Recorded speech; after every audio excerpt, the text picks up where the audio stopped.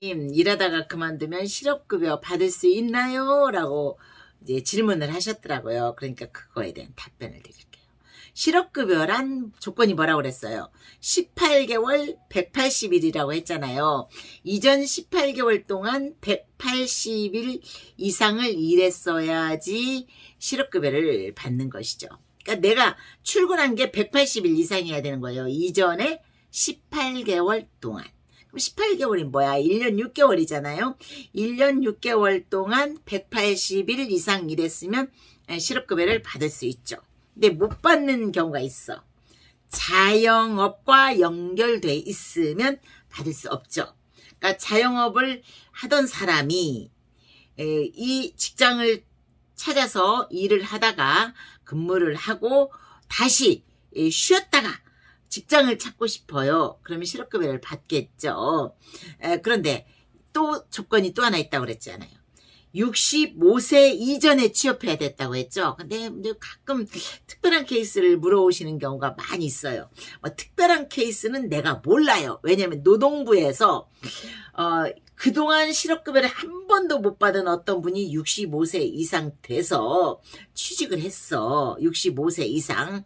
그런데 그 65세 돼서 취직을 했는데, 그러니까 시스템이 똑같잖아요. 노동부가 새로 취직했다고 실업급여 올리려고 하는데 65세 지났네? 그럼 실업급여가 프로세싱이 안 되겠죠. 입력이 안 되겠죠. 그렇죠?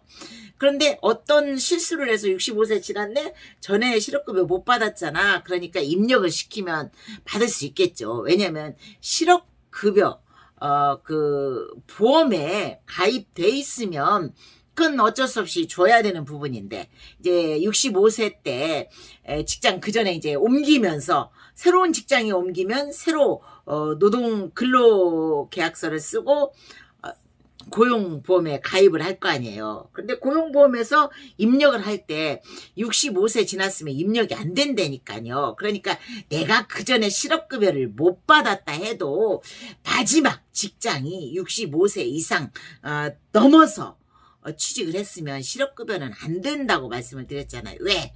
프로세싱이 안 됐으니까, 입력이 안 됐으니까. 내가 가끔 특이한 거 물어보시고 고용노동부에서 받을 수 있다라고 했으면 받을 수 있는 거라니까. 왜? 실업급여 보험에 가입됐냐 안 됐느냐가 문제지. 그러니까 쟁점이지. 실업급여 보험에 가입이 됐다면 당연히 줘야 되겠죠. 정정하고 싹 뺏고 이럴 수 있는지는 모르겠어요. 18개월 180일입니다. 그런데 자영업자가 실업급여를 이제 자영업자가 어쨌거나 이제 운영을 하다가 직장 생활을 하면서 폐업을 했어. 그리고 직장을 그만뒀어. 그러면 실업급여를 받을 수 있어요. 그런데 그러니까 내가 직장을 다니다가 자영업을 하기 위해서 그만뒀어. 그리고 자영업에 대한 소상공인 대출도 받고 이러고 있어. 그럼 실업급여 안 주겠죠. 그러니까 자영업과 관련돼 있으면 실업급여가 또 안 나올 수가 있습니다. 근데 이제 저 같은 경우는 이미 자영업 사무소를 하나 갖고 있어. 그런데 그 중에 이제 직장을 다녔어. 그리고 그만뒀어. 이 조건이 어쨌거나 실업급여가 어떻겠어요? 여러분들 판단해 보세요. 안 나오죠? 안 나옵니다. 저도 이제 받을 수 있는지 그것들을 막 생각을 했어. 그리고 자영업을 그만둘까? 같이 폐업해버리면 받을 수 있거든요. 그랬는데 실업급여 받자고 자영업 돈은 못 벌지만 제가 이제 다른 일 하려고 예전부터 준비하면서 자영업 먼저 신고해 놓은 건데 그걸 안 받을 수는 없죠. 방과후 학습 아동센터 이걸로 자영업을 신고를 해 놓은 거예요. 방과후 하겠다고 여기저기 떠벌려 놓고 아직도 3년째 못하고 있는 게 이제 제 사업자이긴 한데 그래도 제가 또 2년이 되면 또 하겠거니 해야죠. 어쨌거나 이제 저는 사업자가 있기 때문에 이 사업자 중간에 일을 했다 해도 고용노동보험에 실업급 보험을 가입했었다 해도 직장을 그만두고 실업급여를 받을 수 없습니다. 간혹 이런 경우가 있다고 하더라고요. 직장에서 실업급여를 못 받게 해. 참 웃기죠. 그러니까 산업재해보험은 산업에 사고가 많을수록 위험한 직업일수록 그러니까 산업재해보험의 혜택을 많이 받은 그 가입장의 보험료율을 높이는 경향이 있는데 실업급여는 그게 아니잖아요. 개인적인 그 부담금이 있기 때문에. 그런데도 일반 요양원에서는 실업급여를 못 받게 하는 경우가 있다고 합니다. 제가 가르쳐 드렸어, 어떤 분에게.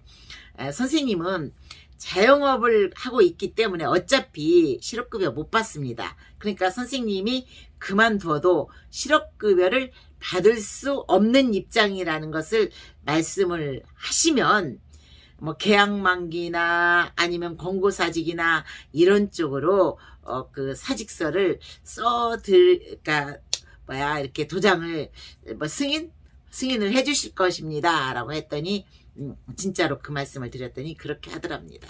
그러니까 희한해. 요양원에서 이제 12월이면은 계약 만기로 계약서 다시 안 쓰는 경우가 무지무지 많잖아요. 심지어는 어떤 선생님은 한 달 단위로 계약서를 쓰기도 했대. 네, 그래서 그걸 또 생각을 해봤지. 왜 한 달 단위로 계약서를 썼을까?